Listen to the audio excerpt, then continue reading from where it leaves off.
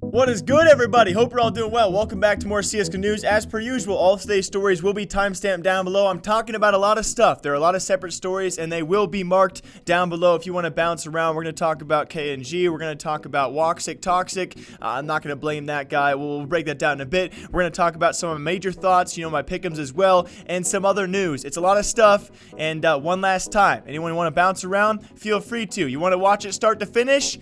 Feel free to. All right. Anyway, how are you guys doing? Welcome back to CSGO News. Our first story, though, is actually one of my favorite ones I've heard in a long time because it's something my own mother would do. That being kNg's mother has actually taken to Instagram. Thanks, Ryan, by the way, who is somehow following or had the news.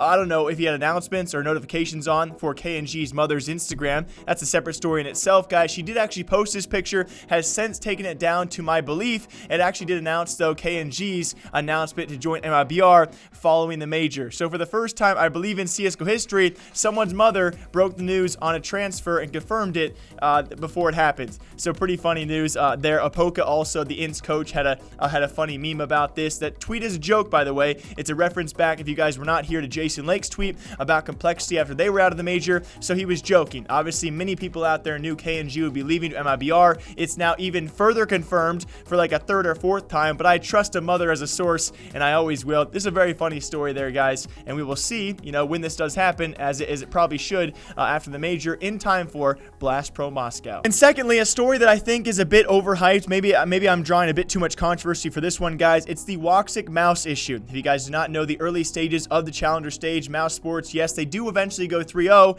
but a lot of focus actually shifted towards W0xic, who apparently did not have a backup mouse. His mouse did break. It was not because of him throwing it. It was due to natural causes. The mouse just, after time, broke. He didn't have a backup. Eventually had to be replaced by apparently one that only cost a few euros. They went on to win either way, but there was a bit of backlash. Now, I will say a lot of the comments I did see were not blaming the guy. He took to Twitter to express that he was angry that he had to use a cheap mouse.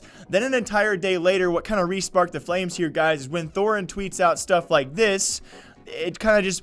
It's banter, right? But sometimes it makes even me angry, and of course, W0xic had a great reply to that. He wasn't asking for anyone's sympathy, right? And I'm not really sure what standpoint you guys take on this because, to a little bit of Thorin's argument, right? I think his tweet was way too far, especially a day after the fact it did happen, but it does bring up a great issue, right? The fact is this: W0xic, his mouse did break and had no preparation for that, had a cheap replacement instead. So who do you guys blame? I think the bigger issue here, not going to blame W0xic. Thorin, I think it was a stupid tweet, but we're used to him getting traction that way, and he did have a tiny bit of an argument, right? Why would a player not have a backup? So do we blame the organizer, right? Is it the organizer's job to have backup equipment for these players? Probably not. Do we blame the shop that W0xic went to who didn't have the mouse that he wanted? Do we blame the team for not prepping these guys with backup themselves, or do we blame the player for not having backups? It's a great debate out there. I don't think it's a huge debate, but definitely a talking point for all of you guys in the comment section down below. I do think W0xic should have had backup equipment,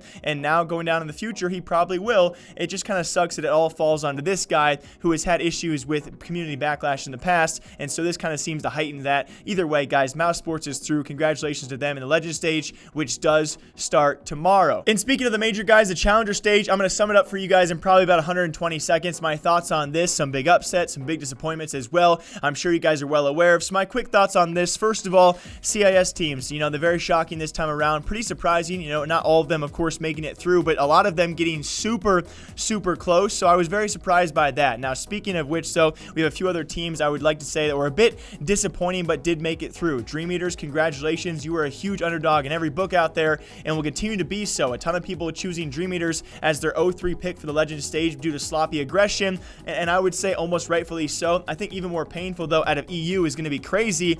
They were tough to cheer for. They were one of my picks because they looked pretty insane throughout the minor qualifiers and the minor itself. Unfortunately enough, though, a team like Crazy blew so many man advantages and so many big leads I talked about in last episode. I don't have faith that for them to come back again or actually retain those leads against solid tier teams out there. You can't make the mistakes they made in the legendary stage. So those are two teams that are very underwhelming, I think, for the Legend stage. Crazy alongside Dream Eaters. There are a lot of underdogs, but besides them, other notes though from the Challenger stage: Grayhound made a great nominal run, guys. They were a huge underdog in my book alongside Tyloo. Blue alongside Simon. Simon also one of the CIS teams making a great run there, but Grayhound and their coach Neil Murphy just really got me excited. They almost had a chance bringing Vitality, the number 2 team in the world, to a map 3, which they made a lot of mistakes. That game could have been much closer. They had a small comeback at the end there, but Neil Murphy, this coach, guys, he stands out, and for obvious reasons. No hope, surely. Just the dink. It's confirmed. We're going to 3. And Grayhound Gaming convert. That is a guy who clearly loves his team and loves CS even more. All of the comments on the it was crazy to watch, man. I love it, Neil. Love you, man. Continue to support you and the team as well in the future, because Erkast will now be departing. He's now taken to Facebook, I do believe, or at least a post as well, confirming the rumors we knew before this as well. He will be joining a full Mongolian roster, so onwards and upwards for the Grayhound roster, as they will be replacing him and possibly others. I just love that team over there. They always seem so close, and hopefully they can actually make a deeper run next time around, and with Neil as a part of that team as well. Now, also, I think a few teams out there who had easier runs to make it. I got it. You guys are. I'm not trying to hate on North or G2. People always think I'm hating on G2. I've never said anything terrible about the guys. Okay, just because I lack confidence in the team and not going to pick them for my own pick'ems, that's because I don't have faith. Okay, I'm not saying they're trash at all. They are a very good team. They looked pretty solid, but they faced off against some fairly easy teams, and so did North. I think arguably 2 of the easier runs of teams. The toughest team North faced was Crazy, and the toughest team G2 faced was Forza. So nothing crazy. I can't fault them for winning their games, right? I'm just saying, of the easier runs out there, they were certainly 2 of the teams on my radar, so that's why I also didn't pick them in my pick'ems, although they were probably my next 2 in.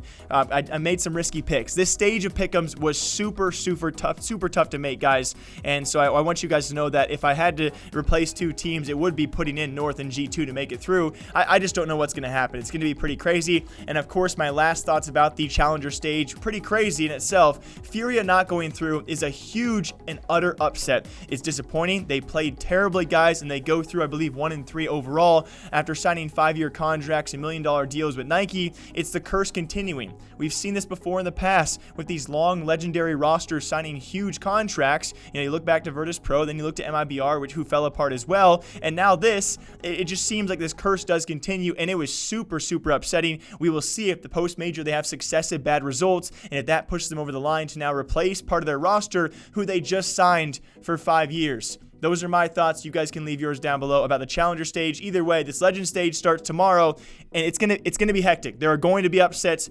guaranteed. Also announced earlier today, guys, a couple of hours back, it was actually Friberg. Yes, he will be leaving Heroic. If you guys were here last week as well, or a couple weeks ago, I think it might have been, NATO Sapphics was also replaced by Borup on the roster. So some big changes coming for Heroic, and it sucks to see these changes do continue. Of course, we'll see where Friberg does go. He wants to play for a Swedish or an international mixed team, and I'm sure he will have offers. We will see him somewhere soon. The big determining factor is did this guy lie, okay? The rumors were, based off Decay and Ryan as well at Rush B Media, that there were sources telling both those guys that Friberg had interest in Fnatic, or vice versa. Fnatic had interest in Friberg. Friberg said no on stream, and JW said that was fake news. We will see if players and organizations continue to lie about those roster trades. Either way, though, if he does join, if he doesn't, it doesn't really matter. I hope he does. Yes, there will be a bit of backlash, but if he does go to Fnatic, I'm still excited for that in the long run. Now, speaking of roster changes, though, that kind of just sucks to see, that being the fall of Team Ancient. Ever since losing Plopsky to NIP, who will not be at the major,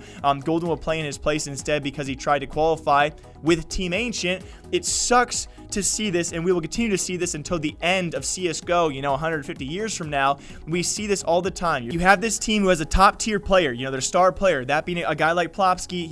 The organization sells him to a bigger organization of usually the same denomination, this term like a Swedish trade. We've seen this in the past as well with teams like Epsilon. They give up their best players, you sell out. I'm not blaming them for it, but then it kills the roster in the end. It sucks to see it, and especially sucks to see a guy like Draken. Ancient has now disbanded, is what I'm trying to get to all of you guys. No Swedish mixed teams ever survive, okay? Godsend's dead. Ancient's dead. Epsilon, not even a Swedish mix. Epsilon's trying to come back, but they really haven't been able to come back. Everyone who Swedish feeds, they die.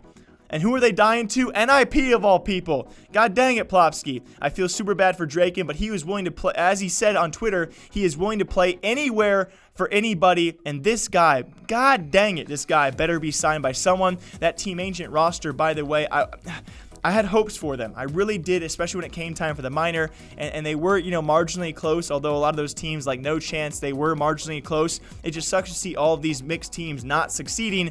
We're going to need an underdog here sometime soon, guys. Ancient has disbanded. All of those guys are now free agents. Where will Draken go? As always, my name is Jake. I hope you guys all enjoy CSGO news. Of course, I'll be back here tomorrow breaking down other esports and CSGO news. It's been another fun week for me, and thank you all for watching. How is it only Tuesday? I have no freaking idea. All right, I'll see you guys next time. Till then, take care of yourselves. I'll see you soon. Quack, quack, quack, quack, quack, quack. Name that movie.